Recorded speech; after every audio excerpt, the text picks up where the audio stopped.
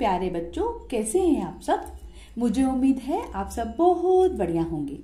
हमने स्टार्ट किया है क्लास 10th का मैथ और इस वीडियो लेक्चर में हम इसका चैप्टर 1 जिसका नाम है रियल नंबर्स, इस चैप्टर की एक्सरसाइज नंबर 1.2 सॉल्व करेंगे।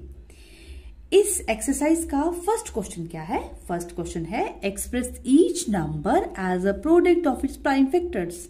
पहले क्वेश्चन में कहा गया है कि आपको कुछ नंबर दिए गए हैं, आपने इन नंबर्स को एक्सप्रेस करना है प्राइम फैक्टर्स के प्रोडक्ट के रूप में। आपने बताना है कि किस तरह इनको हम as product of prime factors बता सकते हो। ठीक है, तो स्टार्ट करें क्वेश्चन का फर्स्ट पार्ट। फर्स्ट पार्ट है 140। हमने करना क्या है, देखो इन सारे क्वेश्चंस में आपको जो भी नंबर दिया है सबसे पहले फटाफट से इसके प्राइम फैक्टर निकाल लेने हैं। प्राइम फैक्टर आपको निकालना आते ही होंगे। कैसे निकालते हैं हम? जिस नंबर के प्राइम फैक्टर निकालने हैं वो नंबर लिखेंगे यहाँ पे। ठीक है, लिख दिया 140। अब क्या करेंगे? अब हम सबसे पहले देखेंगे कि ये नंबर किस नंबर से डिवाइड होता है, यानी कि इसका सबसे पहला सबसे छोटा फैक्टर कौन सा है। हमेशा हम 2 से स्टार्ट करेंगे। ठीक है, पहले देखेंगे कि 2 से ये डिवाइड होता है कि नहीं होता। अगर 2 से डिवाइड नहीं होता फिर 3 लेंगे। ठीक है, इस तरह से करते जाएंगे। तो पहले मैंने चेक किया कि 2 से तो ये डिवाइड होता है क्योंकि ये इवन नंबर है। तो 2 कितने से होगा? 2 7 0 सा। देन अगेन ये जो नंबर 70 है, क्योंकि ये इवन नंबर है तो ये 2 से डिवाइड हो जाएगा। वापस मैंने 2 ले लिया। 2 कितने से होगा? 2 35 सा 70। वापस अब हम देखेंगे क्या ये 2 से डिवाइड होगा? नो, बिकॉज ये तो ऑड नंबर बन गया। अब हम 2 के बाद क्या चेक करेंगे? 3। ये नंबर जो है ये तो 3 से भी डिवाइड नहीं होगा। फिर हम क्या ले लेंगे? 5। 5 7 सा 35। अब 7 तो अपने टेबल से डिवाइड होता है। तो इस तरह से मैंने 140 के ये सारे फैक्टर बना दिए। ठीक है, ये समझ आया मैंने कैसे फैक्टर बनाए। आपने जब फैक्टर्स बनाने हैं एक चीज ध्यान रखनी है कि हमेशा छोटे नंबर से स्टार्ट करना है। ठीक है, देखो ये 140 तो 10 से भी डिवाइड होता है, 5 से भी होता है, 7 से भी, पर हमें सबसे छोटा जो फैक्टर होता है वहां से स्टार्ट करना है। हमने 2 से स्टार्ट करना है। अगर ये 2 से नहीं डिवाइड होता फिर हम उससे बड़ा नंबर लेते, उससे बड़ा लेते। ठीक है, आपको मेरी बात समझ आ रही है मैं क्या कहना चाहती हूँ? ठीक है, इस तरह से हमने इसके सारे फैक्टर्स यहां लिख दिए। अब बस हो गया हमारा क्वेश्चन।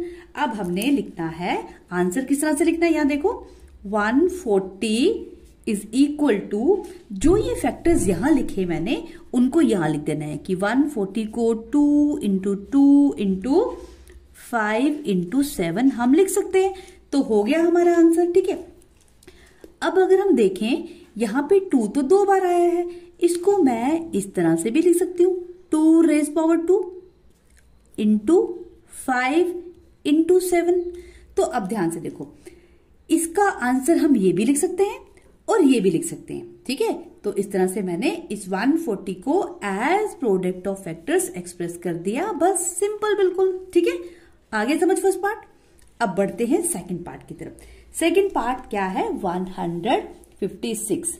जिस तरह से फर्स्ट पार्ट किया, हम सेकंड पार्ट के भी जल्दी से फैक्टर बना देंगे पहले। ठीक है, फैक्टर के लिए हमेशा हम क्या करते हैं, जो नंबर हमें दिया गया है उसको हमें यहां लिखना है और सबसे पहले 2 से चेक करना है, क्योंकि ये इवन नंबर है। इवन नंबर तो 2 से डिवाइड हो जाते हैं, तो 2 से डिवाइड करते हैं।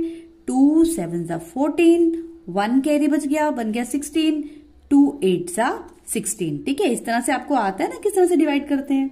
अगेन ये 2 से डिवाइड होगा क्योंकि ये इवन नंबर है। तो कितने था? 2 3 सा 6, 2 9 सा 18। अब तो बन गया ये ऑड नंबर। अब 2 से डिवाइड ये नहीं होगा तो हम फिर 3 लेंगे। 2 के बाद नेक्स्ट प्राइम नंबर क्या होता है? 3। तो 3 से डिवाइड करके देखेंगे, ये 3 से तो डिवाइड हो जाएगा। 3 1 सा 3 एंड 3 3 सा 9। अब बन गया 13। अब 13 जो है ये अपने ही टेबल से डिवाइड होता है क्योंकि 13 एक प्राइम नंबर है। तो 13 1 सा 13। देखो ये मैंने इसके बना दिए फैक्टर 156 के। ठीक है, अब मुझे क्या करना है? इसका सॉल्यूशन लिखना है।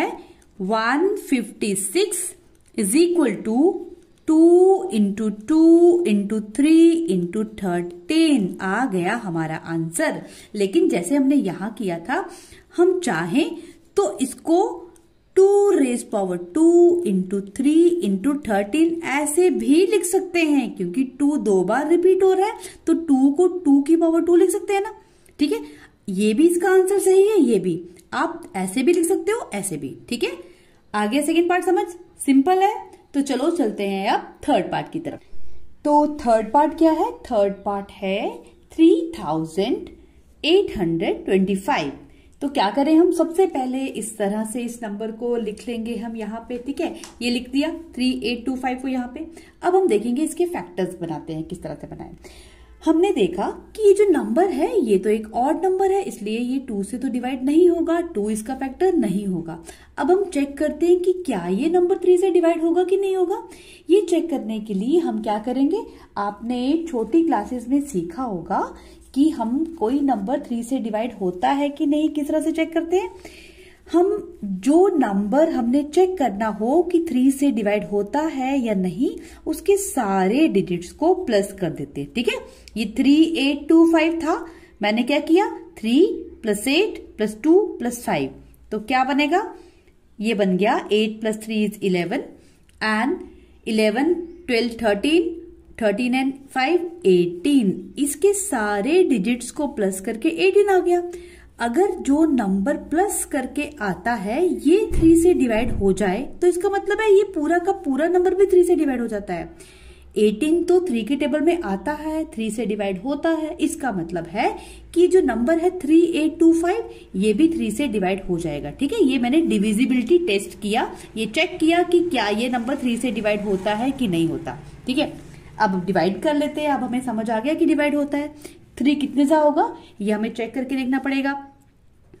3 1 3, 3 2 6, यहाँ पे 2 बच गए, ये 2 यहां चला गया, 3 7 21, यहां आ गया 5, तो 1 2 7 5 इससे डिवाइड हो गया। ठीक है, अगेन देखो 1 2 7 5 जो है ये क्या 3 से डिवाइड होगा कि नहीं, हम वापस चेक कर लेते हैं। कैसे चेक करेंगे? 1 + 2 + 7 + 5 क्या बन जाएगा? 3 and 10 and 15 आ गया। 15 तो 3 से डिवाइड होता है, इसका मतलब है ये पूरा नंबर भी 3 से डिवाइड हो जाएगा। ठीक है, तो कैसे डिवाइड होगा? 3 4 12, 3 2 6 एंड 3 5 15। अगेन मुझे चेक करना है कि क्या ये नंबर 3 से डिवाइड होगा कि नहीं होगा। तो कैसे करूंगी मैं? देखो 4 + 2 + 5 इसके सारे डिजिट्स को प्लस कर लूंगी, तो अब क्या बनेगा? 6 and 5 11 आ गया। 11 तो 3 के टेबल में नहीं आता, इसका मतलब है 425 भी 3 से डिवाइड नहीं होगा। ठीक है, देखो बेटा जो ये मैं आपको पेज पे करके दिखा रही हूँ ये सिर्फ उन बच्चों के लिए है जिनको ये कॉन्सेप्ट नहीं है कि किस तरह से हम डिविजिबिलिटी टेस्ट करते हैं, किस तरह से हम ये चेक करते हैं कि कोई नंबर 3 से डिवाइड होता है या नहीं। ठीक है, पहले हम चेक करते हैं फिर डिवाइड करके देख लेते हैं। कुछ बच्चों को तो ये आता होगा, जिनको नहीं आता वो अच्छे से वीडियो को वापस से एक बार रिवाइंड करें और देख लें कि कैसे करना है। ठीक है, और लेकिन 1-2 बार आप प्रैक्टिस करोगे तो फिर आपको माइंड में ये कैलकुलेशन आ जाएगी। तो नेक्स्ट टाइम जब आप इस तरह से चेक करोगे ये चीज आप माइंड में ही कर लोगे, इनको प्लस करोगे। देखो 4 + 2 6, 6 + 5 11, तो 11 तो 3 से डिवाइड नहीं होता, इसका मतलब ये पूरा नंबर 3 से डिवाइड नहीं होगा। तो हम 3 के बाद जो नेक्स्ट प्राइम नंबर है फिर उससे चेक करेंगे। 3 के बाद नेक्स्ट नंबर क्या लेंगे हम? 5। ये नंबर तो 5 से डिवाइड होता है क्योंकि इसके पीछे 5 है, तो 5 कितने सा होगा? 5 8 40 एंड 5 5 25, 85 से हो गया। अगेन ये जो 85 है ये 5 से डिवाइड हो जाएगा, 5 17 सा। ठीक है, अब जो 17 है ये एक प्राइम नंबर है, ये किसी टेबल से डिवाइड नहीं होगा, ये अपने ही टेबल से डिवाइड होगा, तो 17 1 17। ठीक है, तो ये आराम से आपने पहले चेक करना है कि कौन सा नंबर किससे डिवाइड होता है, सारे फैक्टर्स यहां लिख देने हैं। उसके बाद बस आ गया हमारा आंसर। एंड में हमने क्या लिख देना है? हम लिखेंगे solution 3825 is equal to what? जो हमने यहां लिखा है इसको यहां लिख देते हैं, 3 × 3 इंटू 5 इंटू 5 इंटू 17। इसका मतलब है इस नंबर को इन सब फैक्टर्स को मल्टीप्लाई करके हम लिख सकते हैं। ये आ गया इसका आंसर।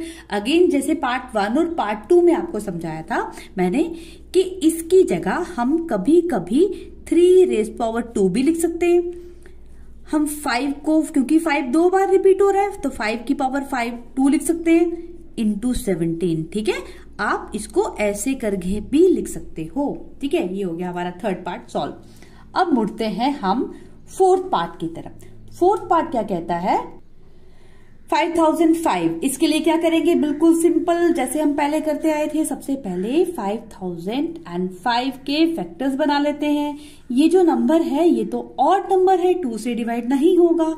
अब 3 से होगा कि नहीं, आप अब माइंड में करेंगे। ठीक है, इसके अगर हम सारे डिजिट्स को प्लस करें, 5 + 0 + 0 + 5, इन सबको प्लस करके क्या आएगा? 10। 10 तो 3 से डिवाइड नहीं होता, इसका मतलब ये पूरा नंबर भी 3 से डिवाइड नहीं होगा। तो अब हम क्या ले लेंगे? 5। ये तो 5 से डिवाइड हो जाएगा। 5 1 जा, 0 जा, 0 जा एंड 1 जा। अब अगेन ये चेक करेंगे हम, 5 से तो नहीं होगा डिवाइड। 5 के बाद नेक्स्ट प्राइम नंबर क्या है? 7। ये 7 से डिवाइड हो जाएगा। ठीक है, तो 7 1 जा, 4 जा एंड 3 जा। 7 1 43 जा। अब ये जो 143 है हम चेक करेंगे अब ये किससे डिवाइड होगा। अब वापस ये 7 से डिवाइड नहीं होगा, 8 से। फिर हम वापस करते जाएंगे कि नेक्स्ट प्राइम नंबर कौन सा है जिससे ये डिवाइड होगा। तो नेक्स्ट नंबर होगा 11। 11 1 जा 11 एंड 11 3 जा 33। ठीक है, यहां तक समझ आ रहा है? अब लास्ट में 13 तो एक प्राइम नंबर है, वो अपने ही टेबल से डिवाइड होगा। तो इस तरह से मैंने इस नंबर के सारे फैक्टर यहां लिख दिए। अब हम लिखेंगे इसका सोल्यूशन। सोल्यूशन हम लिखेंगे कि जो नंबर है 5005, इसको हम कैसे एक्सप्रेस कर सकते हैं? 5 × 7 × 11 × 13। इन सबको यहां लिख दिया मैंने। तो ये आ गया इसका आंसर। ठीक है, अब बच गया लास्ट पार्ट क्वेश्चन नंबर 1 का। पार्ट नंबर 5 क्या है? 7429। इस नंबर को सबसे पहले हम इस तरह से लिखेंगे। यहाँ पे 7429, इसके फैक्टर्स ढूंढते हैं। देखो ये जो नंबर है ये एक ऑड नंबर है, 2 से तो डिवाइड नहीं होगा। अगर हम इसके डिजिट्स को प्लस करके देखें तो ये क्या बनेगा? ये जो नंबर आएगा ये 3 से भी डिवाइड नहीं होगा। करते करते हम सभी डिजिट्स को चेक करेंगे, 3, फिर 5 से भी नहीं होगा, फिर ये 7 से भी नहीं होगा। हम छोटे से बड़े नंबर्स को चेक करते जाएंगे कि ये किस नंबर से डिवाइड होगा। ठीक है, तो आप पाओगे कि ये नंबर 17 से डिवाइड हो रहा है। ठीक है, 17 437 था। अब ये जो नंबर 437 है ये वापस 17 से देखेंगे, ये डिवाइड नहीं होगा। तो ये नंबर किससे डिवाइड होगा? 19 से। 19 23 जा। अब 23 भी एक प्राइम नंबर आ गया, ये अपने ही टेबल से डिवाइड होगा। ठीक है, तो 23 1 जा 23। इस तरह से हमने देखा कि जो नंबर था 7429, इसके फैक्टर्स क्या बन गए? इसके फैक्टर्स बन गए 17 × 19 × 23। तो बस आ गया हमारा आंसर। ठीक है, तो देखा ये कितना आसान क्वेश्चन था। बिल्कुल हमने प्यार से आराम से सॉल्व कर भी दिया। फर्स्ट क्वेश्चन हो गया हमारा सॉल्व। अब बढ़ते हैं हम क्वेश्चन नंबर 2, जो कि बहुत इंटरेस्टिंग क्वेश्चन है। क्वेश्चन नंबर 2 क्या है? ये देखिए, ये है क्वेश्चन नंबर 2 हमारा।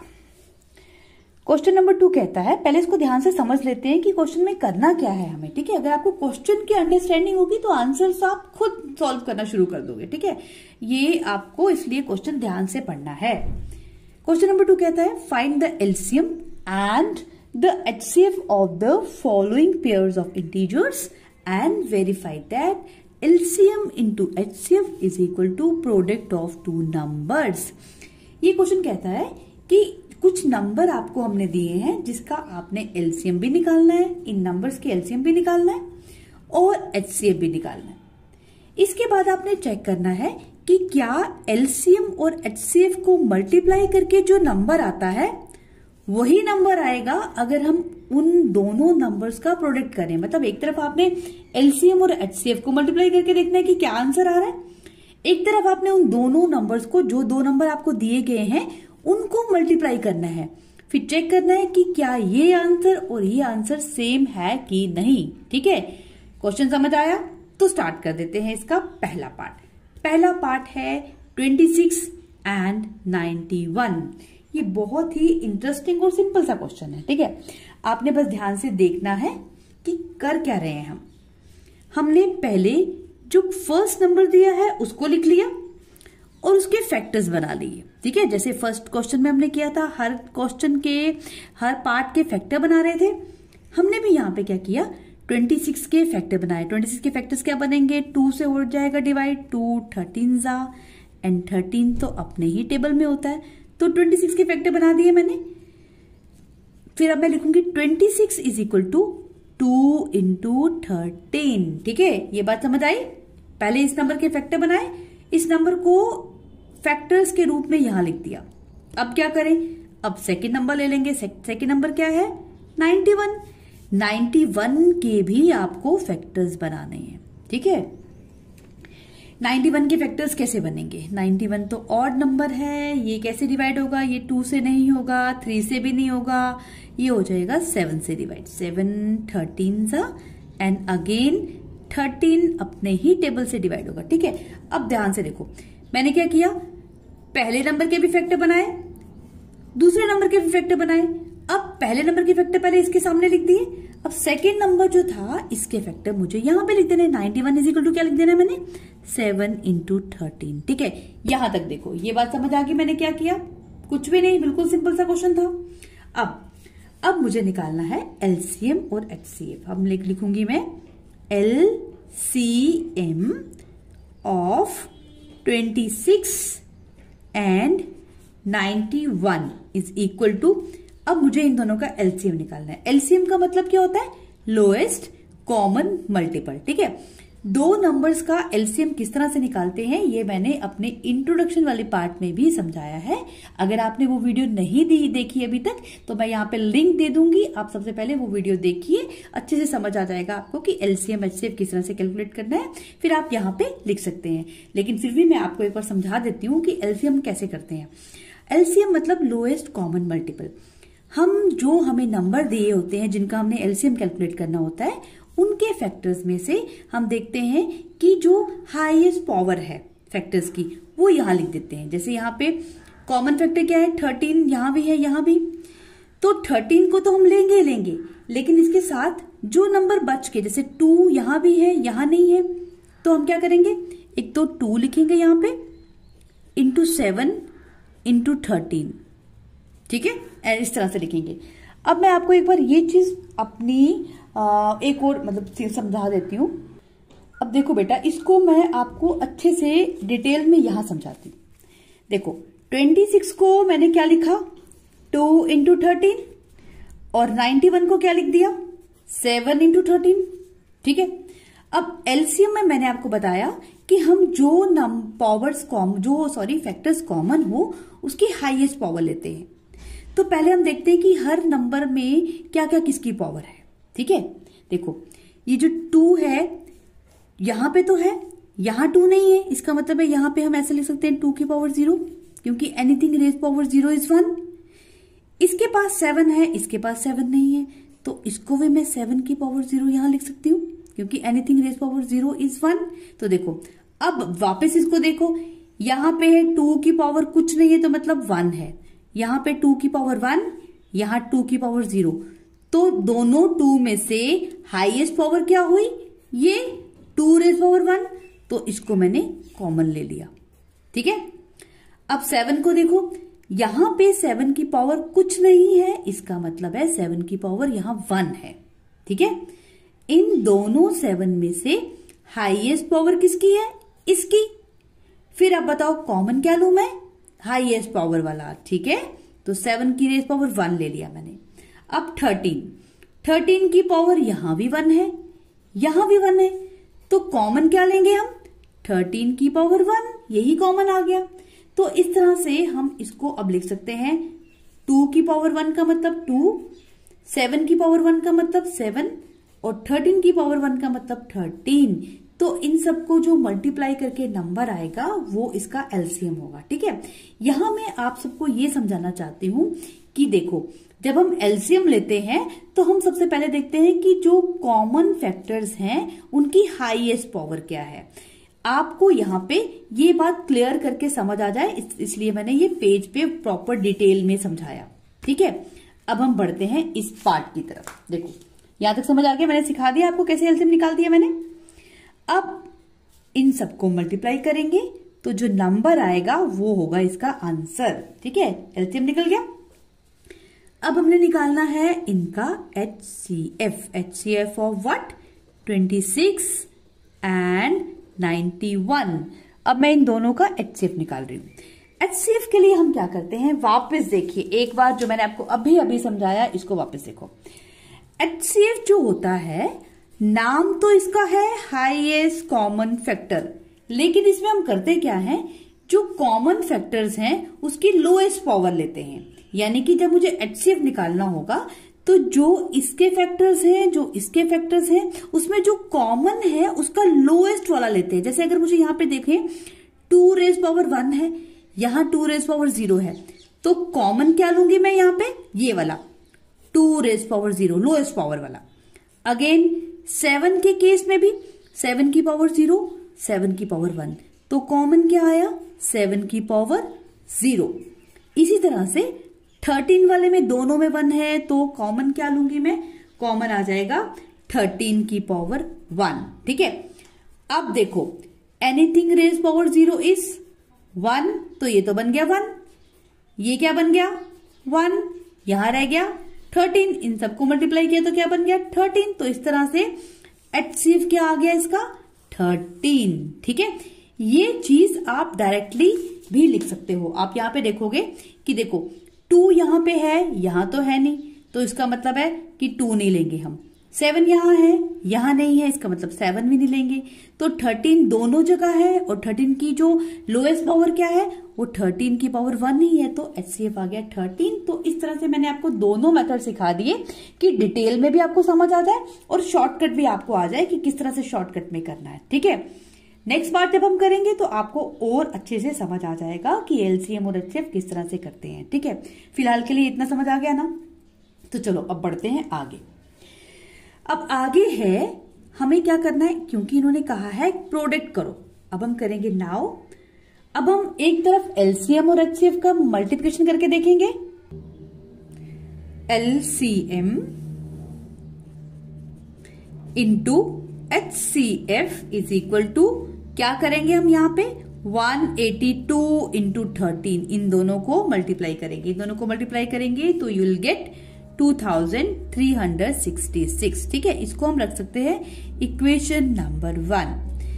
अब दूसरी तरफ हम करेंगे प्रोडक्ट ऑफ नंबर्स। ठीक है, प्रोडक्ट ऑफ 26 एंड 91। कौन कौन से नंबर, जो नंबर हमें दिए हुए थे उन दोनों नंबर्स को भी मल्टीप्लाई करेंगे। तो क्या बनेगा ये number 26 into 91, you will get again 2, 3, 6 and 6। ठीक है, इन दोनों को मल्टीप्लाई करके भी ये आ गया। इसको रख लेते हैं इक्वेशन नंबर 2। तो फ्रॉम इक्वेशन 1 एंड 2, इन दोनों इक्वेशन से हम देख सकते हैं कि जो इन दोनों को मल्टीप्लाई करके आ रहा है वही इन दोनों को मल्टीप्लाई करके आ रहा है। तो we can say therefore LCM into HCF is equal to product of 2 numbers. ठीक है, आई बात समझ, अच्छे से क्वेश्चन समझ आ गया। अब हम बढ़ते हैं इसके पार्ट नंबर 2 में। पार्ट नंबर 2 में जाने से पहले जिसने अभी तक इस वीडियो को लाइक नहीं किया, जल्दी से एक लाइक बटन दबाइए, प्यारा सा एक कमेंट लिखो, और अगर आप इस चैनल पे नए हैं तो जल्दी से वीडियो को और मेरे चैनल को सब्सक्राइब भी कीजिए। ठीक है, तो अब बढ़ते हैं हम पार्ट नंबर 2 पे। तो पार्ट 2 जो है वो है 510 और 92। हमें ये दो नंबर्स दिए हैं 510 एंड 92। सबसे पहले जल्दी से हम इनके फैक्टर निकाल लेते हैं। इस सारी की सारी एक्सरसाइज में आपको फैक्टर निकालना बहुत अच्छे से आने चाहिए, ठीक है।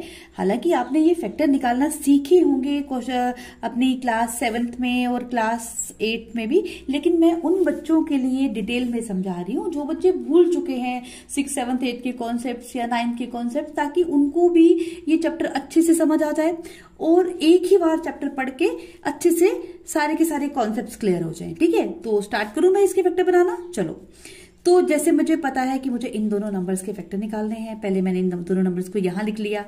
अब ये जो नंबर है इवन नंबर है तो 2 से डिवाइड होगा, 2 से डिवाइड करना शुरू कर देते हैं। 255 अगेन।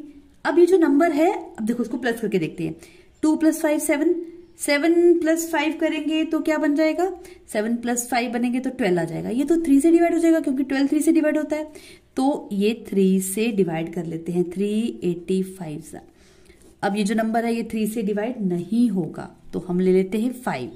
5 कितने सा होगा, 5 1 = 5, 5 7 = तो 17 तो प्राइम नंबर है, ये अपने ही टेबल से होगा तो ये बन गए, ठीक है। तो मैंने इसके इस तरह से फैक्टर बना दिए। अब 92 के बनाते हैं। ये तो 2 से ही डिवाइड होगा, 246 देन 223 23 एक प्राइम नंबर है, 23 अपने ही टेबल से जाएगा। तो देखो सबसे पहले काम क्या है, आपने प्राइम फैक्टर्स बना के रख लिए, इसके भी और इसके भी, ठीक है। अब हमने लिखना है इसका सॉल्यूशन। सॉल्यूशन में सबसे पहले हम पहला नंबर लेंगे, उसको यहां लिखा, ठीक है। अब मैंने क्या करना है, इस नंबर के जो फैक्टर बनाए थे वो लिख देने यहां पे। 2 × 3 × 5 × 17 लिख दिए। अब सेकेंड नंबर लेते हैं 92, तो 92 के फैक्टर यहां से लिए और लिख दिए यहां 2 × 2 × 23, ठीक है। यहां तक समझ आ गया। अब देखो यहां पे जो नंबर है 2 इसमें रिपीट हो रहा है, तो मैं इसको ऐसे भी लिख सकती हूँ 2 की पावर 2 × 23, ठीक है। इसी चीज को ऐसे लिख सकते हैं, कोई फर्क नहीं पड़ा, लिख दिया। चलो अब बढ़ते हैं आगे। अब हम लिखते हैं LCM ऑफ 510 and 92, ठीक है, इज इक्वल टू। देखो अब कुछ बच्चे यहाँ पे कंफ्यूज हो जाएंगे, मैम आपने ये ब्रैकेट क्यों बना दी, आप तो कुछ और बोल रहे हो, लिख कुछ और रहे हो। तो देखो कभी कभी हम ये जो वर्डिंग होती है ना LCM of this and this, उसको शॉर्टकट में ऐसे भी लिख देते हैं। जिन नंबर्स का LCM कैलकुलेट करना होता है हम बाहर लिखते हैं LCM और ब्रैकेट डाल के उन नंबर्स को बीच में कॉमा डाल के लिख देते हैं। फिर इसको कैसे पढ़ते हैं, इसको पढ़ेंगे हम LCM ऑफ 510 and 92। आगे समझ बात अच्छे से, ठीक है, बड़े आगे। चलो LCM of this and this is equal to, मैंने आपको क्या कहा था कैसे निकालते हैं हम LCM के लिए हम पहले दोनों के जो फैक्टर्स हैं उसमें जो कॉमन फैक्टर होगा, देखो यहाँ पे 2 यहाँ भी है यहाँ भी है, लेकिन यहाँ पे 2 की पावर कुछ नहीं है तो मतलब 1 हुई, यहाँ पे 2 की पावर 2 है तो हाईएस्ट पावर क्या है 2 की पावर 2, तो 2⁻² ले लिया सबसे पहले कॉमन, ठीक है।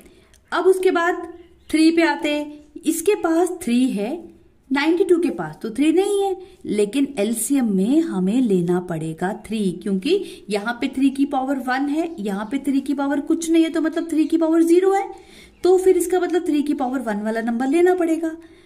अब उसके बाद क्या लेंगे हम 5, इसी तरह से, और इसी तरह से नेक्स्ट नंबर ले लेंगे 17 और उसके बाद ले लेंगे 23, ठीक है। अब यहाँ पे भी देखो जब हम फैक्टर्स लिखते हैं ना तो इसको भी ज्यादातर हम कैसे लिखेंगे, सबसे छोटा फैक्टर उससे बड़ा उससे बड़ा उससे बड़ा, यानी कि इंक्रीजिंग ऑर्डर में। हालांकि अगर आप डिक्रीजिंग ऑर्डर में या हौच पौच करके भी लिख दो कोई फर्क नहीं पड़ता, पर एक ये प्रॉपर स्टैंडर्ड होता है इस तरह से लिखने का, ठीक है। मेरी बात समझ आ रही है, क्या कहा मैंने कि जब फैक्टर्स आप लिखोगे आप कोशिश करना कि सबसे छोटा फैक्टर आगे, उससे बड़ा, फिर उससे बड़ा, इस तरह से इसे इंक्रीजिंग ऑर्डर में लिखना, ठीक है। अब करते हैं इनको मल्टीप्लाई, इन सबको मल्टीप्लाई करोगे तो यू विल गेट 23460, ये आपको मिल गया LCM।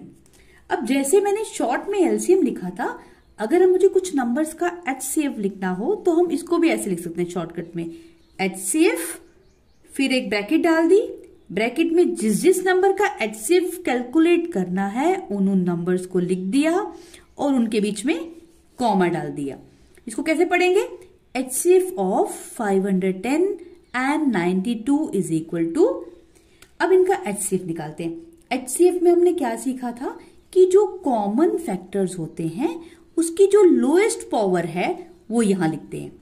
इन दोनों में अगर आप ध्यान से देखो तो 2 इसके पास भी है, 2 इसके पास भी है, लेकिन कॉमन क्या है? 2 लोएस्ट पावर क्या है? 2 की पावर 1 यानी कि 2। ठीक है, 2 आ गया इसका HCF। निकाल दिया हमने LCM और HCF। अब हमने क्या करना है? हम लिखेंगे LCM into HCF is equal to, एक तरफ हम LCM और HCF को मल्टीप्लाई करेंगे तो आंसर क्या आएगा? 46920। ठीक है, ये नंबर आ गया। इसको मान लेते हैं, हम रखते हैं नाम इक्वेशन 1। अब हम कर लेते हैं product of numbers. Product of कौन कौन से नंबर्स? ये दो numbers 510 and 92 is equal to, 510 को 92 से आप मल्टीप्लाई करके चेक करेंगे क्या आ रहा है। ये आ जाएगा 46920। इसको रख लेते हैं अब इक्वेशन नंबर 2। अब हम लिखेंगे फ्रॉम इक्वेशन 1 एंड 2। इन दोनों इक्वेशन से हमने पाया कि जो LCM इंटू HCF जो आंसर आ रहा है वही आंसर आ रहा है प्रोडक्ट ऑफ 2 नंबर्स। ठीक है, तो हो गया हमारा पार्ट नंबर 2 भी यहीं पे फिनिश, है ना? बिल्कुल आसान सा। अब बच गया है सिर्फ हमारा एक ही पार्ट नंबर 3। तो ये है हमारा लास्ट पार्ट क्वेश्चन नंबर 2 का। ये पार्ट है 336 एंड 54। देखो मैंने पहले ही इन दोनों नंबर्स के फैक्टर बना लिए, इन फैक्टर्स को यहाँ पे लिख दिया। ठीक है, जैसे कोई पार्ट नंबर 1, 2 पे किया था हमने। अब मैं क्या करूंगी, फर्स्ट नंबर जो था 336, इस नंबर को कैसे लिखूंगी? 2 into 2 into 2 into 2 into 3 into 7। ठीक है, पहले मैंने क्या किया, इसके सारे फैक्टर्स यहां लिख लिए। अब इस नंबर को ध्यान से देखो, यहां पे जो 2 है क्योंकि 4 बार रिपीट हो रहा है, 2 इंटू 2 इंटू 2 इंटू 2 है, तो इसको हम ऐसे भी लिख सकते हैं। क्या लिख सकते हैं हम? 2 रेज़ पावर 4। ठीक है, इसको मैंने ऐसे लिख दिया। 3 एक ही बार है, 3 को ऐसे ही रहने देते हैं, 7 को ऐसे ही रहने देते हैं। ठीक है, यहां तक बात समझ आई? इसके फैक्टर्स को मैंने इस तरह से लिख दिया। अब जो सेकेंड नंबर था 54, इसको लिखा, इसके फैक्टर्स ले लिए यहां से। इसके फैक्टर्स क्या है? 2 इंटू 3 इंटू 3 इंटू 3। ठीक है, अगेन देखो इसको हम क्या लिख सकते हैं? 2 इंटू 3 की पावर 3, क्योंकि 3 यहां पे रिपीट हो रहा है 3 बार, तो इसको ऐसे लिख सकते हैं। ठीक है, ये लिख दिया हमने। अब हम लिखेंगे LCM of 336 and 54 is equal to, LCM कैसे लूंगी मैं? ये जो कॉमन फैक्टर है 2 और 2, इसके यहां पे 2 की पावर 4 है, यहां पे 2 की पावर कुछ नहीं है तो मतलब 1 है। इनमें से हाईएस्ट पावर किसकी है? इसकी। तो ये जो नंबर है 2 रेज़ पावर 4, सबसे पहले मैं ये ले लूंगी। ठीक है, LCM में। उसके बाद अब 3 पे बढ़ते हैं। 3 रेज़ पावर 3 है, यहाँ है 3 रेज़ पावर 1, तो LCM में हम क्या लेंगे? 3 रेज़ पावर 3। ठीक है, ये भी ले लिया, ये भी ले लिया। अब बच गया 7, उसको भी लेना पड़ेगा। इनको जब हम मल्टीप्लाई करेंगे तो यू विल गेट 3024। ठीक है, यहां तक समझ आ गया? LCM मैंने कैलकुलेट कर लिया। अब क्या करेंगे? अब करेंगे इसका HCF। HCF के लिए हम पहले लिख लेते हैं HCF of 336 and 54 is equal to, वापस हम कॉमन जो होंगे इसके फैक्टर्स, उसकी लोएस्ट पावर देखो, 2 की पावर 1 है, यहाँ 2 की पावर 4 है, तो HCF में जो छोटी वाली पावर है वो लेंगे, 2 रेज़ पावर 1 यानी कि 2। ठीक है, इनटू 3 में भी जो लोएस्ट पावर वाला 3 है यानी कि 3 रेज पावर 1 वो लेंगे। ठीक है, या हम 1 लिखें या ना लिखें कोई फर्क नहीं पड़ता। 2 × 3 तो वो क्या बन गया, 2 3 6, तो हमारा HCF भी आ गया। ठीक है, ये आया हमारा LCM और ये आ गया HCF। अब हमें क्या करना है क्वेश्चन में, एक तरफ हमें LCM इंटू HCF करना है। LCM इंटू HCF का मतलब हो गया जो ये 3024 नंबर आया इसको 6 से मल्टीप्लाई करेंगे। जब इसको 6 से मल्टीप्लाई करोगे तो आपको आंसर मिलेगा 18144। ठीक है, अब दूसरी तरफ आप क्या करोगे, प्रोडक्ट ऑफ 336 एंड 54, तो 336 इंटू 54 करोगे तो you'll again get the same number 18144। ठीक है, देखो ये दोनों नंबर सेम आ रहे हैं। आप यहां लिख सकते हो this is equation 1 and this is equation 2 from equation 1 and 2 LCM into HCF is equal to product of 2 numbers। ठीक है, बिल्कुल सिंपल था। तो इस तरह से आपने देखा कि क्वेश्चन नंबर 2 भी बहुत आसान है, बस आपको ध्यान से और अच्छे से समझना है। एक बार कॉन्सेप्ट समझ आ गया तो आप बाकी पार्ट इसके जितने भी हैं, चाहे आप RD ले लेंगे, चाहे आप RS अग्रवाल ले लेंगे, चाहे आप एग्जाम्पल ले लेंगे, सबके सब जितने भी पार्ट्स होंगे आप खुद सॉल्व कर पाएंगे। ठीक है, इसलिए मैंने आपको जो सारे पार्ट्स हैं प्रॉपर डिटेल में समझाए हैं, अच्छे से एक एक पार्ट को डिटेल में एक एक कॉन्सेप्ट देते हुए समझाया है। मुझे उम्मीद है अब आपको ये जो क्वेश्चन नंबर 1 था इस एक्सरसाइज का और क्वेश्चन नंबर 2 इसमें कोई भी डाउट नहीं है। अगर आपको कोई डाउट है तो प्लीज जल्दी से कमेंट सेक्शन में जाओ और अपना डाउट लिख दो। जब मेरी नेक्स्ट वीडियो होगी उसमें मैं आपका डाउट जरूर कंसीडर करूंगी। ठीक है, और इसी क्वेश्चन के साथ अब मैं ये वीडियो लेक्चर यहीं पे खत्म करती हूँ। मिलते हैं अब एक नई वीडियो में और नई वीडियो में हम इसके बाकी के सारे क्वेश्चन सॉल्व करेंगे। ठीक है, तो अब तब तक के लिए आप सबको bye bye and take care.